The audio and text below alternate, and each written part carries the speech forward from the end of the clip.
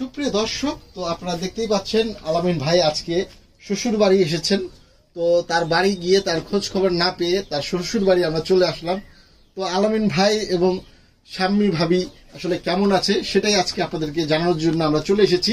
তো বরিশালে তো আমরা কথা বলছি তাদের সাথে। আসসালামু আলাইকুম। কেমন আছেন? মাশাআল্লাহ, আপনার হাসিটা তো খুব সুন্দর। তো আপনারা একটু বসেন, আমরা একটু বসে কথা বলি। প্রিয় দর্শক, আপনারা দেখুন তো ওনারা আসলে কেমন আছে। একটা প্রতিবেদন করার পরে, এত ভাইরাল হওয়ার পরে সোশ্যাল মিডিয়ায়, তারপরে তাদের জীবনে কি উন্নতি ঘটেছে, তারা কি কোনো উপকার পেয়েছে কিনা, সেই বিষয়গুলোই আজকে আমরা তাদের কাছ থেকে জানার চেষ্টা করব আমাদের এই প্রতিবেদনটির মাধ্যমে। তো আমরা কথা বলছি প্রথমেই শাম্মী আপার সাথে। তো আসসালামু আলাইকুম বোন, কেমন আছেন? ভালো আছেন? আচ্ছা, তো শাম্মী বোন, এর আগে তো আপনার প্রতিবেদন করা হলো অনেকগুলো, সোশ্যাল মিডিয়ায় তো আপনি মাশাআল্লাহ অনেক ভাইরাল। তো এতে কি আপনার কোনো উপকার হয়েছে কিনা? আচ্ছা, কোনো ধরনের উপকারই হয়নি, মানে কোনো ধরনের আর্থিক সহযোগিতা পান নাই, শুধু ভাইরালই হয়েছেন। সবাই আপনাকে চিনেছে, আপনার জন্য দোয়া করেছে প্রাণ খুলে, নাকি? কিন্তু এই যে আপনাদের আসলে তো এটা ছাড়াও আপনারা দুজন যেহেতু সংসার করছেন, তো সংসার করতে হলে তো নিজেদের সংসারের খরচ, নিজেদের ভরণ পোষণের একটা ব্যবস্থা আছে, নাকি? তো আলামিন ভাই এখন কি করছে আসলে? সে বাদাম বিক্রি করে। আচ্ছা, তো আলামিন ভাই, আপনি বাদাম বিক্রি করে আসলে কত টাকা আয় করতে পারেন এখন? 400 টাকা হয়, কম হয়, বেশি হয়? তাহলে এই যে 400 টাকা দিয়ে কি স্বামী ভাবিকে সুন্দরভাবে আপনি ভরণ পোষণ করতে পারবেন না, নাকি?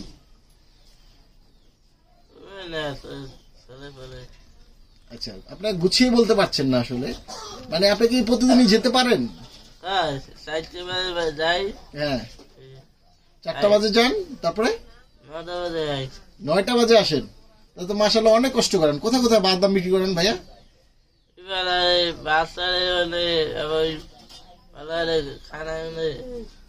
মানে বিভিন্ন জায়গায়। এটা কি হেঁটে হেঁটে বিক্রি করেন? এই যে কষ্ট হয় না আপনার ছোট পা দিয়ে হাঁটতে? কষ্ট হয় না? আপনারা কি এই যে আমাদের মতো নর্মাল ভাবে চলতে পারেন? তো আপনার মতো, আপনার লগে তো অনেক বাদাম বিক্রেতা থাকে, অনেকে তো বাদাম বিক্রি করে যারা সাধারণ মানুষ। আচ্ছা, তারা যেভাবে বিক্রি করে সেম টু সেম কি আপনারা সেভাবে বিক্রি করতে পারেন? পারেন। আচ্ছা, তো স্বামী বোন, এই যে আমাদের দর্শক যারা দেখছে আপনাকে, তো তাদের উদ্দেশ্যে আপনার কিছু বলার আছে? জি বলেন।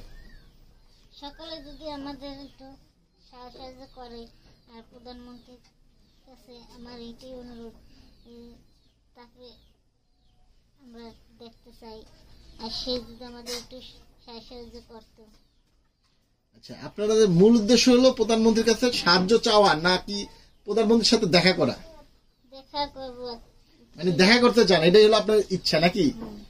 তো মাননীয় প্রধানমন্ত্রী জননেত্রী শেখ হাসিনা যদি আমাদের এই প্রতিবেদনটা যদি দেখে থাকে, তার মনে যদি ইচ্ছা হয়, হয়তো বা আপনার সাথে দেখা করবে কিনা না করবে সেটা তার হলো একান্ত ব্যক্তিগত বিষয়।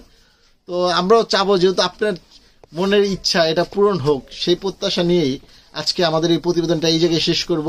তো প্রিয় দর্শক, আপনারা যারা প্রতিবেদনটা দেখছেন, আসলে এনাদেরকে একটু সহযোগিতা করলে হয়তোবা তারা নিজের পায়ে দাঁড়াতে পারবে। তাদের এখন থাকার কোনো নিজস্ব ব্যবস্থা নেই, তাদের বাবা, আলামিন ভাইয়ের বাবার অবস্থা তেমন ভালো না। তাদের যদি একটা ঘর বাড়ি হয়, তারা সুন্দরভাবে থাকতে পারবে। আর একটা তাদের ইচ্ছা হলো একটা দোকান করার, নাকি?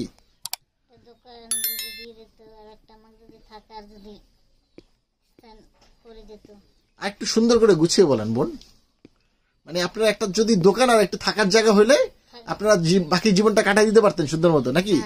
কোনো সমস্যা হতো না? আচ্ছা, তো আমাদের এই দর্শক যারা দেখছে, অনেকে তো চাইবে আপনাকে একটু সহযোগিতা করার জন্য। তো আপনার কোনো বিকাশ নাম্বার আছে বা নগদ নাম্বার? নগদ নাম্বার নাই। কার আছে? আপনার আম্মুর। আপনার আম্মুর নাম কি? শিরিন। আচ্ছা, তো আপনার আম্মুর মোবাইল নাম্বারটা যদি একটু বলতেন, আমরা ভিডিওর মধ্যে একটু বলে দিতাম। বলতে পারেন আপনি? নাম্বারটা একটু বাইর করে দেন না। নাম্বারটা কি মুখস্থ আছে? আচ্ছা, নাম্বারটা আসতেছে, আমরা একটু নাম্বারটার ফাঁকে একটু জেনে নিয়ে একটু 2-4টি কথা। তো আলামিন ভাই, আপনি তো যে শ্বশুর বাড়িতে প্রথম আসলেন, বিয়ের কতদিন পরে আসলেন? মানে প্রতিদিন আসছেন আর বুঝতে পারলাম না আপনার কথাটা। না পরে সাইন বাড়াইছি দিয়েছি ভাই আমার মোবাইল আচ্ছা। বোবা দিয়েছি না। আচ্ছা আচ্ছা, তো তো শ্বশুর বাড়িতে এসে আপনার কেমন লাগছে? তাহলে ভালো। ভালো লাগছে? হ্যাঁ শ্বশুর বাড়িতে এসে আপনার কাছে খুব ভালো লাগছে? হ্যাঁ আচ্ছা, আপনার শ্বশুর শাশুড়ি যারা আছে আত্মীয় স্বজন সবাই ভালো আছে তো? হ্যাঁ সবাই ভালো। সবার সঙ্গে কথাবার্তা হয় রীতিমতো? হয়। আচ্ছা, আলামিন ভাই একটু দাঁড়ান, আমরা একটু দাঁড়ান, শাম্মী আপা একটু দাঁড়ান। তো আমরা দেখতে পাচ্ছি এই জায়গায় শাম্মী আপার মা এসেছে। প্রিয় দর্শক, আপনারা দেখুন, সবই হলো আল্লাহ নীলাখেরা। তো শাম্মী আপার মা, উনি আল্লাহর রহমতে আমাদের মতোই সাধারণ মানুষ, কিন্তু শাম্মী আপা আসলে একটা ভুল চিকিৎসার কারণে তার আজকে এই দুর্দশা হয়েছে। তো আলামিন ভাই আল্লাহ জানে বাকিটা। তো এই যে দেখতেই পাচ্ছেন আপনারা, পার্থক্যটা দেখুন আসলে। তো তাদের জীবনে আসলে অনেক কষ্ট, সেই কষ্টের কথাগুলোই বলার জন্য আমরা এসেছি। তো শাম্মী আপার মার কাছ থেকে আমরা একটু বিস্তারিত জানার চেষ্টা করবো। তো আসসালামু আলাইকুম। ওয়ালাইকুম আসসালাম। তো আন্টি, আপনি কেমন আছেন? আমি ভালো আছি, আপনারা সবাই ভালো আছেন? আল্লাহর রহমতে আমরা ভালো আছি। তো আন্টি, আমাদেরকে একটু বলবেন আসলে এই যে আপনার মেয়ের বিয়ে শাদীটা কিভাবে হয়, সেই গল্পটা একটু বলবেন? আমার মেয়ের বিয়ের শাদীটা আমি আল্লাহর কাছে প্রার্থনা করছি যে আল্লাহ, আমার মেয়েটা যখন এইরকম হয়েছে, জি। যদি কোনো একদিন যদি এমন একটা ছেলে ইয়া সামনে আসে দাঁড়ায়, তাহলে আমি মেয়ের মতো উপযুক্ত হয়ে আমি বিয়ের শাদী দেবো। আচ্ছা। আর যদি আল্লাহর হুকুমে না মিলে, তাহলে আল্লাহ জালবেদ খাওয়াইয়া চিরকাল যেভাবে রাখে। হ্যাঁ যেভাবে রাখে। এরপরে আল্লাহর হুকুমে আলামিনের বাবা একবার রাইবার সহ আসলো, আচ্ছা। তখন আমাদের সাথে গুলিমানাত হয় নাই। আচ্ছা। এবারে আবার আসলো আলামিনের বাবা যে যদি আপনারা মেয়েটা আমাদের সাথে একটু করেন, তাহলে আল্লাহর হুকুমে আমরা মানে আগে যেটা দেব। 3 বছর আগে প্রথমে একবার আসলো। আসলো, হ্যাঁ 3 বছর পরে আবার এবার আসলো। আচ্ছা। আসনের পরে আমরা বলছি যে আমাদের সাথে যদি আল্লাহর হুকুমে শাখাই সম্বন্ধ হয়, তাহলে ওদের দুজন, আপনার ছেলে আপনার থাকতে হবে, আমার মেয়ে আমার। যদি উভয় পক্ষে না, আমারও তেমন আর্থিক অবস্থা নাই, আর ছেলের বাবারও তেমন আর্থিক অবস্থা নাই। এখন উভয় পক্ষে আমরা যদি মিললে দুইজনে কিছু মিলেই যেতে পারি, তাহলে আল্লাহর হুকুমে হইবে। এভাবে কথার পরে আল্লাহর হুকুমে তো বিয়ে হইব। আচ্ছা। এখন আপনাদের সামনে দাঁড়াইছে যখন, এখন আপনারা যদি একটু ওদের জন্য তাকান সবাই মিলে, আর প্রধানমন্ত্রী যদি আমার মেয়ে ও জামাইয়ের দিকে একটু সুনজরে চায়, তাদের জন্য যদি একটু তাকায়, তাহলে হয়তো ওদের ভবিষ্যৎ একটু ভালো হইবে, যাতে ওরা বাঁচতে পারে, আগামীতে খাইয়ে পড়িয়া থাকতে পারে, 2টা ডাইল ভাত খাইয়া। আচ্ছা আচ্ছা। তো আন্টি, আমাদেরকে একটু বলবেন আসলে এখন তো আল্লাহর রহমতে আপনারা আছেন তাদের পাশে, আপনাদেরও তো ভবিষ্যৎ আছে বা হায়াত মত তো সবই হলো আল্লাহর হাতে। আপনারা যখন না থাকবেন, তখন এই যে আপনার এই মেয়েটির বা আপনার এই মেয়ের জামাইয়ের কি অবস্থা হবে, একটু চিন্তা ভাবনা করেছেন আপনারা? এইটাই তো বলছি আপনাদের কাছে, তো এই জন্যই আমরা বলতে আছি যে আজকে আমি আসি, কালকে তো আমি থাকবো না। এখন ভাই বোন কি কিভাবে থাকবে জানি না, কে দেখতে পারবে না না পারবে। তাই আপনারা যদি একটু ওদের দিকে সুনজরে তাকাইয়া দেখেন, ওদের যদি একটু কিছু করার ভবিষ্যৎ চিন্তা করে দেন, তাহলে ওরা যাতে ডাল ভাত খেয়ে বাঁচতে পারে, বেশি না পারুক, এটা ডাল ভাত খেয়ে তো বাঁচতে পারে। আচ্ছা আন্টি, সমাজে তাদেরকে মানুষ কি চোখে দেখে, মানে আদর করে না আসলে তারা ছোট বলে তাদেরকে মানুষ ঘৃণা করে? কেউ আমার মেয়েদের জামাইকে ভালো চোখে হাসি মুখে দেখে, কেউ কেউ তাদের হাসির তামসার মাধ্যমে দেখে। এখন কার কিভাবে মন মানুষের আচ্ছা, যখন আপনার জামাইকে এবং মেয়েকে দেখে অনেকে কাছে টেনে নেয়, আবার অনেকে দূরে সরাই দেয় বা ঠাট্টা করে, যখন ঠাট্টা করে তখন আপনার ভিতরের অনুভূতিটা কিরকম হয়? যখন আমার মেয়ে জামাইকে কেউ আদর করে দাঁড়াইটা নেয়, তখন তো আমার খুব ভালো লাগে যে আল্লাহ, আমার মেয়ে জামাইকে সবাই একটু আদর করতে আছে, আর সবাই এরকম যদি পাশে থাকে, তাহলে ওদের হয়তো একটু ভবিষ্যৎ হইবে। আর যখন যে হাসি তামসা করে, তখন তো মনে করি যে এদের ভবিষ্যৎ কি হইবে, কিভাবে এরা বাঁচবে, চিরকাল তো আর আমরা বেঁচে থাকবো না, তখন এরা কিভাবে কার ইল্লে থাকবে। তাই এই জন্য আপনারা একটু সহযোগিতা করেন। আর প্রধানমন্ত্রী যদি একটু সহযোগিতা করে বা ওদের দিকে একটু সুনজরে তাকায়, তাহলে আমি খুব খুশি। আচ্ছা, তো আন্টি, আমাদের আরেকটা প্রশ্ন, আসলে আপনার মেয়ে চাচ্ছে যে আপনার মেয়ের জামাইয়ের যদি একটা দোকান হয় বা তার কোনো আসলে থাকার জায়গা নাই, তারা এখন আমরা যেটা দেখেছি এর আগে দর্শকদেরটাও দেখেছে যে একটা ঘরের মধ্যে অনেকজন মিলে থাকতেছে, অনেক বিশাল একটা ফ্যামিলি তারা থাকছে। সেই জন্য আপনার মেয়ের ইচ্ছা যে প্রধানমন্ত্রী বা সবাই মিলে যদি তাকে একটু সহযোগিতা করে একটা থাকার ব্যবস্থা করে দেয়, একটা দোকান করে দেয়, তাহলে তারা আল্লাহর রহমতে সুন্দরভাবে বাকিটা জীবন কাটিয়ে দিতে পারবে দুজন দুজনের হাত ধরে। তো সেই বিষয়টা যদি আপনি একটু বলতেন। আমি তো চাই যে আপনাদের সহযোগিতায় প্রধানমন্ত্রী যদি ওদের জন্য একটা ঘরের ব্যবস্থা করে দেয়, আর একটা যদি ব্যবসা বাণিজ্য, এখন ব্যবসা বাণিজ্য ওর যতটুকু সম্ভব অতটুকু যদি তারা একটু ধরিয়া কাছে আগায় তাহলে তো ওরা বাঁচতে পারে। না হলে ও কতদিন আর বাদাম বিক্রি করে, এখন হাঁটতে হাঁটতে ও কতদিন আর ওর শরীরে দেয়া পারবে, ও তো বিক্রি আচ্ছা, করার। আরেকটি কথা হচ্ছে, তিনি তো আলামিন ভাই তো ঠিকমতো মানে কথা গুছিয়ে বলতে পারে না, ওনার কথা অনেকে আসলে বুঝে না। তো উনি যখন দূর দূরান্ত চলে যায় তখন তিনি কিভাবে আসে তার বাড়িতে, ঠিকমতো চিনে আসতে পারে কিনা? সেইটা তো তার মা বাবা বলতে পারবে। আমাদের সাথে তো আত্মীয়তা হয়েছে এই কিছুদিন যাবত। এখন আমি তো এখন পর্যন্ত সেই পর্যন্ত জানতে পারি না যে আলামিন দূরে যে কিভাবে এতে আসে বা দূরান্ত থেকে কিভাবে আসতে পারে। And তার মা বাবার সহযোগিতায় না ও নিজের সহযোগিতায়, সেটা ওরাই ভালো বলতে পারবে। আচ্ছা, তো আন্টি এই যে দেশবাসীর উদ্দেশ্যে আপনার কি চাওয়ার আছে বা কি বলার আছে ওদের জন্য? দেশবাসীর উদ্দেশ্যে আমার চাওয়া হলো সবাই যেন ওদের দিকে একটু সুনজরে তাকায়, আর সবাই যেন ওদের জন্য একটু একটু করে সহযোগিতা করে, যাতে ওদের ভবিষ্যৎটা যেন আগামীতে সুন্দরভাবে ওরা বাঁচতে পারে। আচ্ছা, তো স্বামীর তো আসলে কোনো বিকাশ নাম্বার নেই বা আলামিন ভাইয়েরও কোনো বিকাশ নাম্বার নেই, তো আপনার কি কোনো বিকাশ নাম্বার আছে? হ্যাঁ, আমার বিকাশ নাম্বার আছে। আচ্ছা, তো আপনার নামটা বলে, আপনার পরিচয়টা বললে, আপনার নাম্বারটা বলুন। আমার নাম মোসাম্মদ শিরিন বেগম, আমি শাম্মী আক্তারের মা। আমার বিকাশ নাম্বার হলো 01739351695। 3 অক্ষর করে বলুন, একটু আস্তে আস্তে বলুন। 01739 হ্যাঁ, তারপরে 351695। আরো একটু কথা হইলো, আমি একজন মুক্তিযোদ্ধার সন্তান, কিন্তু আমার বাবা একজন বীর মুক্তিযোদ্ধা। আমার মা বর্তমানে এখন বাতা প্রবৃত্তি করে, আমার মা কিন্তু তার দাবিদার। আচ্ছা, এখন আমিও সরকারের কাছে হয়তো চাইতে পারি বা আবেদন করতে পারি, কিন্তু আমার কোনো কিছু প্রয়োজন নাই, কিন্তু আমার মেয়ের জন্য দিকে জন্য একটু সে তাকাইয়ে তার জন্য একটু ভবিষ্যৎ করার, তার কাছে আমার এই চাওয়া আর এই পাওয়া। আচ্ছা, তো আমরা একটু ব্যক্তিগত প্রশ্নে যাবো আন্টি।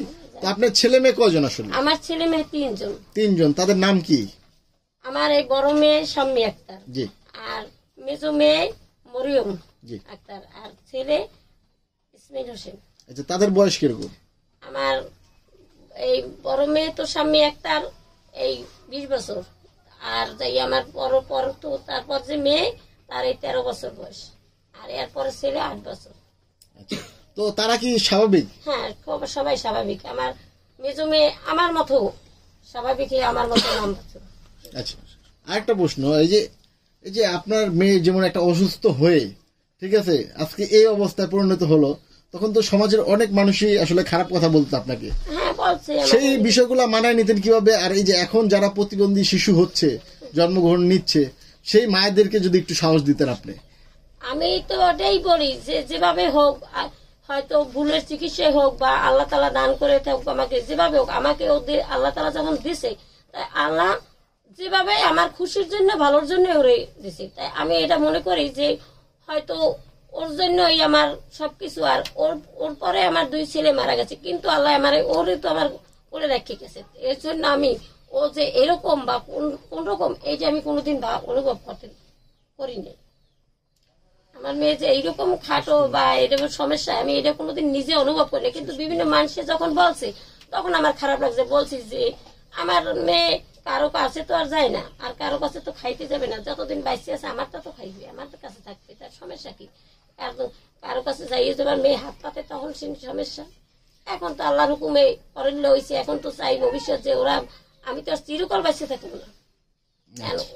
আচ্ছা, তো আন্টি এই যে আপনি তো শত বাধা বিপত্তি পার করে আসলে এই যে স্বামী আপাকে আসলে 7 পর্যন্ত পড়ালেখা করেছেন, খুব কষ্ট করে নাকি?